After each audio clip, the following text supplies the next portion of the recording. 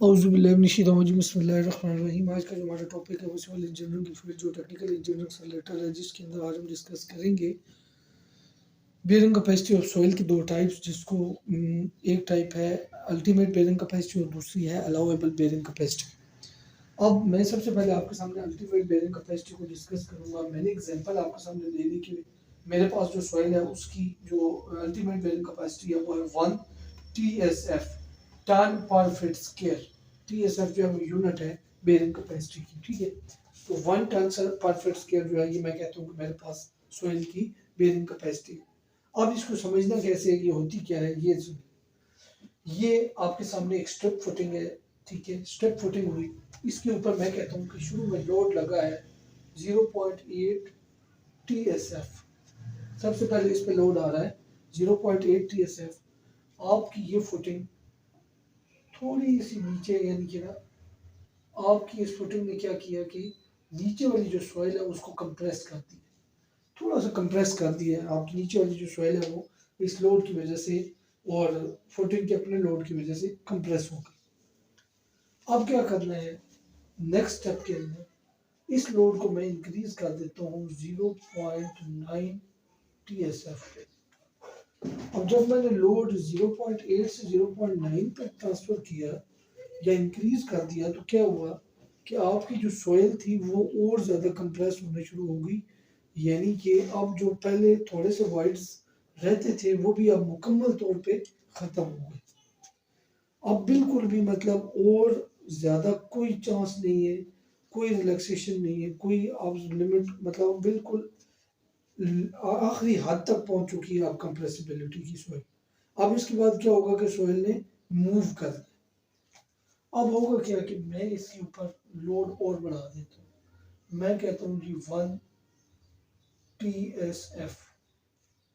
अब जैसा कि मैं पहले बता चुका हूँ कि सॉइल की कंप्रेसिबिलिटी की लिमिट जो है वो बिल्कुल ख़त्म हो चुकी है। अब जब 0.9 से लोड 1 TSF पे आएगा तो आपकी जो ये सॉइल है ये नीचे की जानिब मूव करनी शुरू हो जाएगी ए, ठीक है। और फिर उसके बाद आपकी बी एंड देन अपवर्ड सी, और यहाँ पे आपके पास ये सॉइल ऊपर जाएगी जिसे आप कहते हैं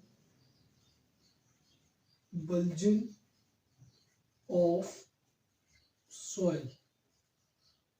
और यहाँ पे आपके पास क्या बन जाएगा, फेलियर प्लेन। फेलियर प्लेन क्योंकि यहाँ पे 1 TSF लोड के ऊपर सॉइल ने मूवमेंट शुरू कर दी, फेलियर प्लेन बन गया। और फेलियर प्लेन क्यों बना, क्योंकि शीयर फेलियर हो चुका है 1 TSF के ऊपर। अब देखिए कि ये शीयर फेलियर 0.9 TSF पे भी नहीं हुआ, 0.8 पे भी नहीं हुआ, 1 TSF पे हो गया, ठीक है। तो इसका मतलब ये है कि हमारी सादे अल्फाज में कहूँ तो ये है कि 1 TSF के ऊपर हमारी मट्टी जो है वो टूट चुकी है या अपनी स्ट्रेंथ जो है वो लूज कर चुकी है, ठीक है। उसकी जो कैपेसिटी है बर्दाश्त करने की वो ख़त्म हो गई है और सॉइल जो है वो अपनी जगह से डिस्प्लेस होना शुरू हो गई।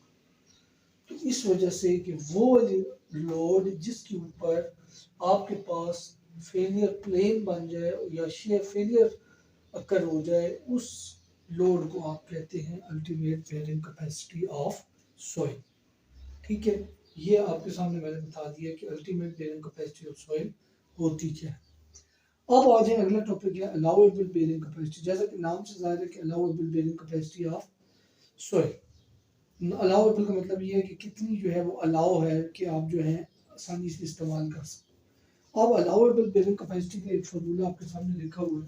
Allowable bearing capacity is equal to ultimate bearing capacity divided by factor of safety. F1S क्या है, factor of safety. 1 ultimate bearing capacity में ले ली, divide by 3 factor of safety जो नॉर्मल कंस्ट्रक्शन के लिए ली जाता है, नॉर्मल प्रोजेक्ट के लिए वो 3 लिया जाता है। 1/3 तो 0.33 TSF 10 पर फीट स्क्वायर जो है ये अलाउएबल बेयरिंग कैपेसिटी। अब ये देखें, अल्टीमेट ये थी और अलाउएबल इतनी है।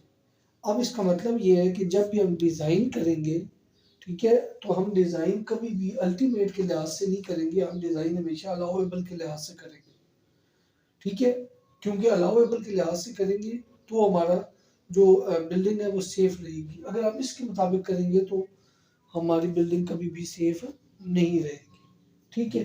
अच्छा, अब यहाँ पे इस एग्जाम्पल में चेक करते हैं कि कौन कौन सी चीज़ यहाँ पे आपके सामने जो है वो अलाउेबल।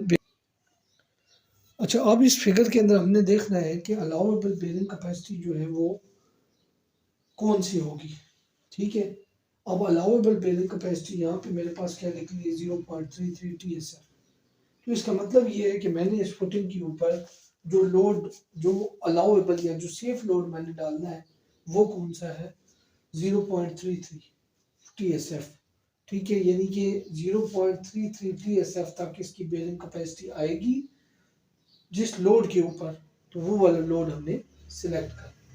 अब यहाँ पे एक चीज़ और याद रखनी है कि ये दो पॉइंट्स जो है ये हमने चेक करने कि जब भी हमने डिज़ाइन करना है तो उसके अंदर ये दो पॉइंट्स जो है वो जहन में रखने। सबसे पहले है नो शेयर फेलियर। बाकी बात है, जब शेयर फेलियर आए 1 टन फीट स्क्वायर पे है तो हमारी तो अलाउेबल है ही उससे कम। तो शेयर फेलियर क्योंकि जो बना है वो बना है 1 TSF पे, तो हमारी अलाउेबल है 0.33, वो तो कम है। तो ये आपने डिज़ाइन के अंदर देखना है कि आपका जो शेयर फेलियर है वो बनना ही नहीं चाहिए, क्योंकि जब शेयर फेलियर आएगा तो आपकी सॉइल फेल हो जाएगी। दूसरा क्या है, life time settlement remains with in the permissible limit. Life time settlement का मतलब ये है कि कोई भी बिल्डिंग किसी जगह पर अगर बनी हुई है तो उसके अगर 50 साल के बाद भी उसकी जो सेटलमेंट है, सेटलमेंट यानी कि उसकी जो नीचे सॉइल है उसकी सेटलमेंट बैठना या कंप्रेस होना वो परमिसिबल लिमिट के अंदर अंदर होना चाहिए। जो नॉर्मल परमिसिबल लिमिट है वो है 1 इंच।